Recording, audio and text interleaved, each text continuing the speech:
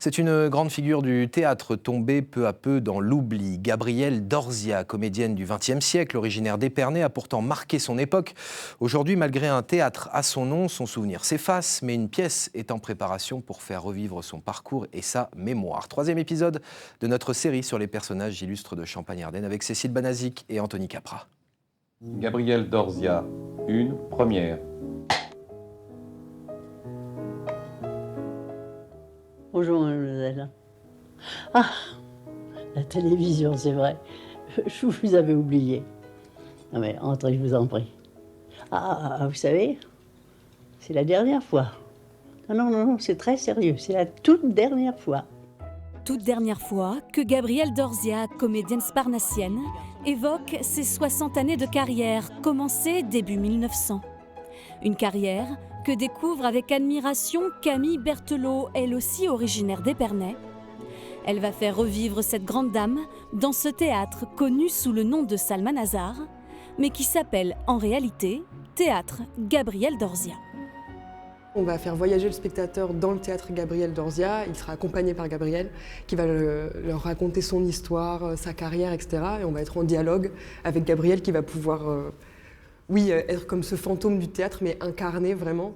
Je suis là pour donner la réplique du coup à l'actrice qui joue Gabrielle et pour mettre en parallèle nos deux carrières. C'est-à-dire que Gabrielle, champenoise, s'est dirigée vers le théâtre alors que rien ne l'a prédestinée à faire ça. Non. À cette époque-là, les jeunes filles de la bourgeoisie n'étaient pas comédiennes.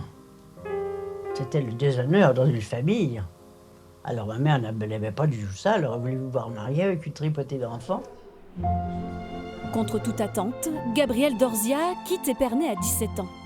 Cette femme de caractère s'affranchit des normes sociales de son époque et s'impose.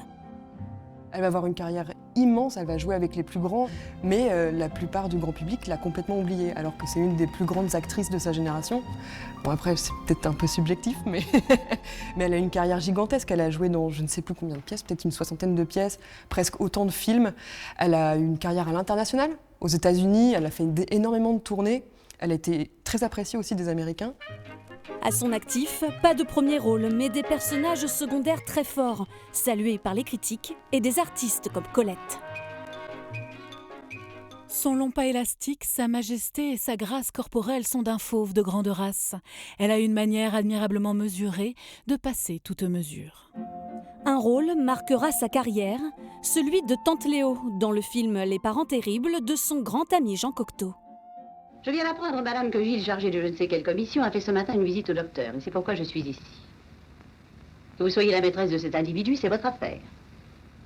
Mais Gilles est mon neveu. Et je ne tolérerai pas que vous fassiez de cet enfant le complice de votre infamie.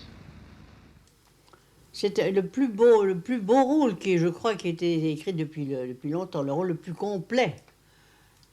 Et vraiment, en ce moment, quand je pense que qu'on va peut-être reprendre Les Parents Terribles l'hiver prochain, et qu'une autre comédienne osera prendre mon rôle, je crois que ce jour-là, j'en ferai une maladie, je pleurerai toute la journée.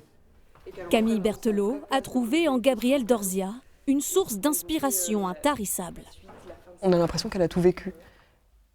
Et je trouve que pour l'époque, c'est rare, enfin ça n'arrive que très peu. D'avoir vécu autant de choses. D'avoir vécu autant de choses, d'avoir autant voyagé dans le monde, et oui, d'avoir vécu des éléments historiques, enfin des événements historiques aussi importants. Il n'y a que les plus grands noms qui pouvaient faire ça.